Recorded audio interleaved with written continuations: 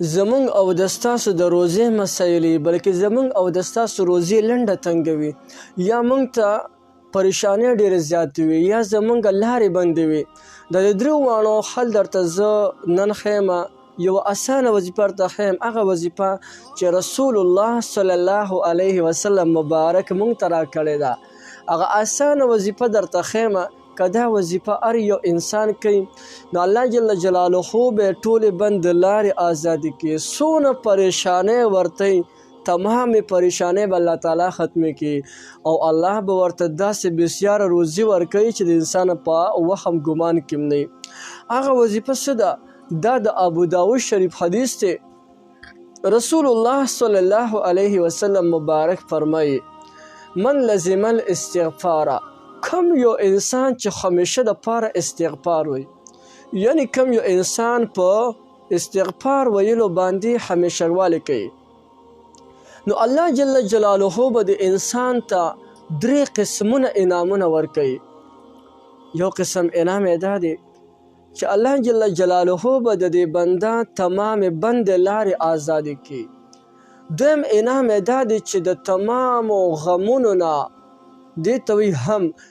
هغه مصیبت ته وي چې د کم د راپېښېدلو اندېښنه وي یاره دا غم ما ته راپېښ نه شي الله تعالی به د هغې غمونو نه مو ساتي او الله تعالی به د انسان ته د داسې ځای نه روزي ورکوي چې د دې انسان به په وهم او ګمان کې خم نه وي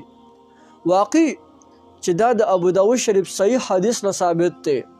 نو موږ او تاسو له پکار دي که چاته دا مشکلات وي نو دا وظیفه د اوس نه شروع کړئ که څوک ځان لا چې کوم دی هغه وظیفه کوي نو د ماسخوتن د مانځه نه پس د 500 ځله استغفار وی که دا چې کوم دی په شریکه وي یا که ځان لا وي 500 ځله او که ځان یو کس چې کوم دی وظیفه کې یعنی په ناسته ملاسته ولاړه په هر حالت کې د انسان استغفار وی الله تعالی به ورته دغه انعامونه خو ورکوي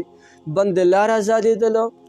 پریشانۍ او تکلیفونه لرې کېدله او د رزق چې کوم دی هغه پراخي دا ورته الله تعالی ورکوي خو د دې نه علاوه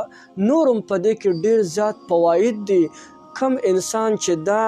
استغفار چې کوم دی په کثرت سره وي استغفر الله الذي لا اله الا هو الحي القيوم واتوب الیه دې سره د انسان تمام حاجتونه پوره کیږي خصوصا د قرض د خلاصۍ دپاره هم یو ډېره اهمه چې کوم دی دغه د وظیفه ده نو موږ او تاسو له پکار دي چې دا وظیفه موږ په پابندۍ سره وکړو